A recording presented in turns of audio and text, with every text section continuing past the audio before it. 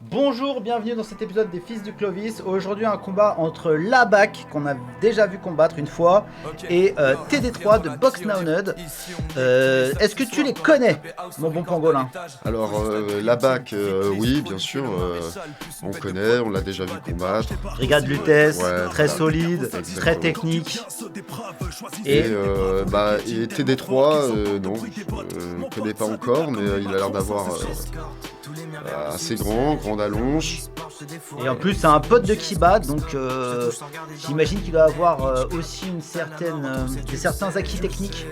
Donc on va découvrir ça tout de suite. Toujours le même arbitre, toujours aussi beau gosse, toujours aussi bien sapé. Je crois qu'il est un peu sapeur congolais. Ah, Il a une passion. Sapeur, certainement, congolais, je ne sais pas, je ne mettrai Je pas... l'ai déjà croisé à Gare du Nord, je crois. J'y mettrai pas ma main au feu. Ouais. Ah, voilà, tout de suite. Ah. En tout cas, des sacrés gabarits les deux. Hein.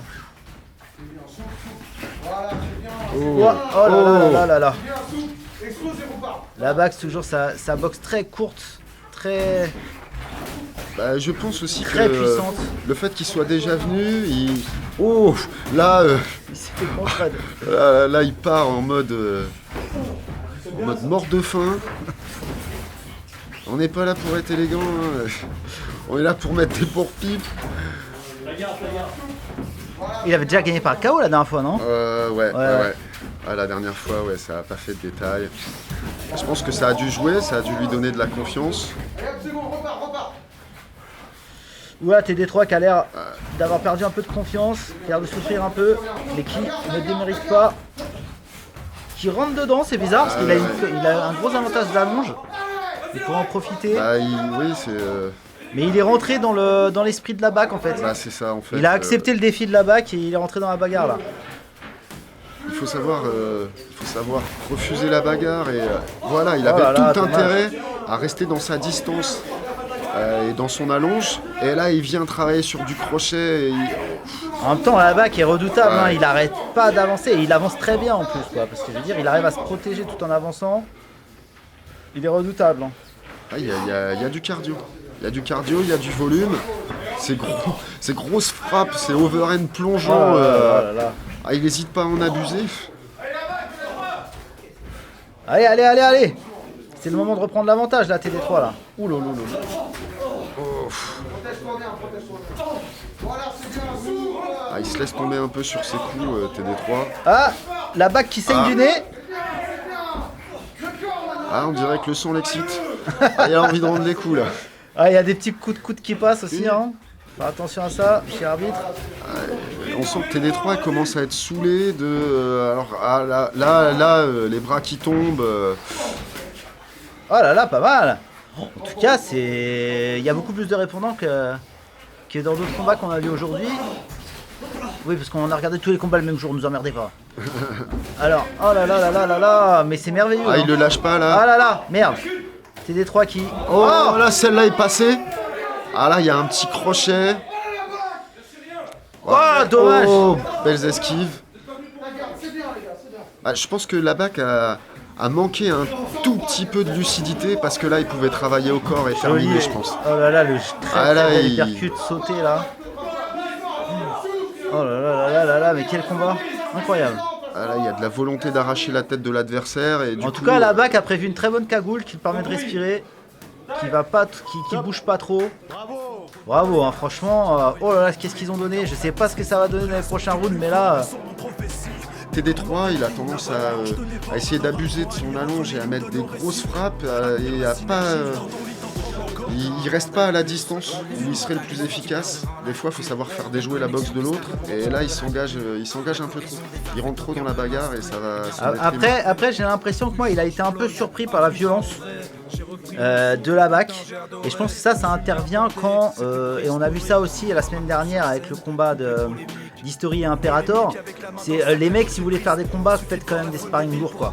On le voit dans le regard des mecs change en fait. Quand ils sont pas prêts. Ouais. Ce qui est important dans le sparring lourd, c'est faut travailler la défense. En fait, tout le monde peut taper comme un sourd.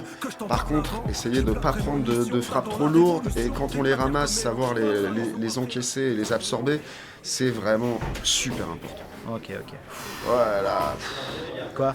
Bah là, il part en avant, il faut pas montrer quand on est fatigué Ouais. en fait. On a le droit d'être fatigué, on a le droit de souffrir, ouais, c'est pas très bon de le montrer. Et encouragez-le un peu. Oui. Oh, Oh là là là, il y a une droite qui est Ah mais passée. ça a rendu hein.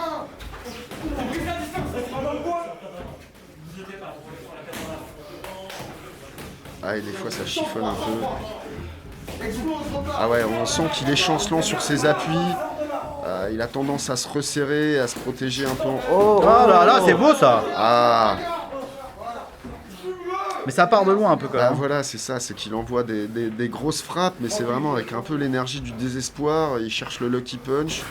Alors que honnêtement, avec sa condition physique, son poids, il pourrait très bien essayer de le jabber, de garder à distance. Voilà. C'est ça qu'il devrait faire. Mais après, c'est pas évident, hein, c'est facile de dire ça dans mon petit fauteuil. Hein. Ouh là là là là là là, il donne des signes de fatigue. Voilà. Il dit à la bac, finis-moi abondamment. Ah là-bas qui se déconcentre pas et... C'est ça. Non, puis il y a l'air de rien, Ah, il y a une expérience. Voilà, là il combine. Bon, c'est Stop. finito. Ah bah oui, il faut savoir s'arrêter. Hein. Ouais. L'arbitre a très bien réagi là, parce que là, c'est pas le corps qui a lâché, c'est l'esprit là. Là, c'est l'esprit là. Et pourtant, la bac était aussi fatigué, hein. Mais ce qu'il y a, c'est qu'il a attendu la fin du combat pour le montrer, quoi. Exactement. C'est ça qui fait la différence entre un grand champion. Hein. D'ailleurs, nous, on veut le combat Imperator, la bac. J'exige ce combat. Non mais l'aspect psychologique est super important. En fait, la volonté aussi, ça doit s'éprouver. En tout cas, TD3, il est jeune. Il a un physique quand même assez impressionnant. Je pense qu'il peut faire de très grandes choses. Et que ce dépucelage, enfin si c'était son premier combat, oui c'était son premier combat, ce dépucelage va lui être très très utile et je pense qu'il reviendra, s'il revient nous voir, il reviendra très fort. Ouais, c'est prometteur. Il faudra travailler un petit peu le cardio, mais Et puis apprendre à profiter de son allonge. voilà. Et ça, je pense que ça peut se faire que dans des combats avec un petit peu de réalité derrière, parce qu'en fait, quand tu fais des sparring avec les gens, tu vas, enfin, je sais pas, t'as pas forcément tendance à avoir une boxe très tactique. Tu vas plus t'entraîner à essayer de passer des combos que tu t'es entraîné à faire le choriné, etc. Donc c'est pour ça que peut-être les combats, on vous a beaucoup dit la dernière fois de vous entraîner sur le sparring. Et là, voilà, sur le cardio, pardon. On vous a beaucoup dit la dernière fois de vous entraîner sur le cardio.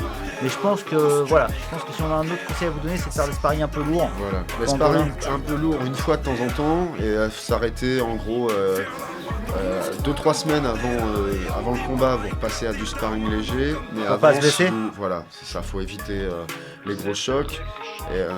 Et en fait, faire les sparring lourds en amont, ça va vous permettre de savoir où vous pêchez vraiment au niveau de votre défense et savoir retrouver votre distance. C'est important aussi. Ok, ben merci beaucoup pour tes conseils éclairés, Pangolin. Et à la semaine prochaine pour le dernier combat de la deuxième session des Fils de Clovis. À la semaine prochaine, Pangolin. Ciao!